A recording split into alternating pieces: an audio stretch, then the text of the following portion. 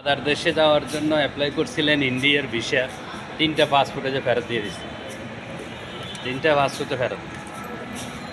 হ্যাঁ, তারা কোনো ভিসা দিচ্ছে না এখন আপাতত। হ্যাঁ, 3টা পাসপোর্টে ফেরত দিয়ে দিছে, কোনো ভিসা নাকি এখন দিবে না।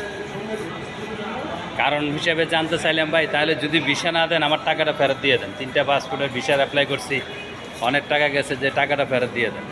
তখন বলে যে আপনাদেরকে মেসেজ দিয়ে জানানো হবে, কোনো প্রকার আর কোনো টাকা পয়সা লাগবে না, যদি স্বাভাবিক হয় দেশের পরিস্থিতি এবং ইন্ডিয়ার সাথে একটা সমস্যার কারণে, তখন বলে যে আপনারা পাসপোর্ট নিয়ে আসবেন আবার।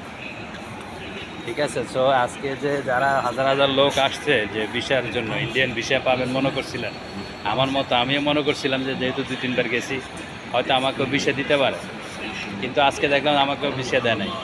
কারণটা হচ্ছে তারা বলতেছে দেশের পরিস্থিতি ভালো না, বাংলাদেশের সাথে একটা ভারতের একটা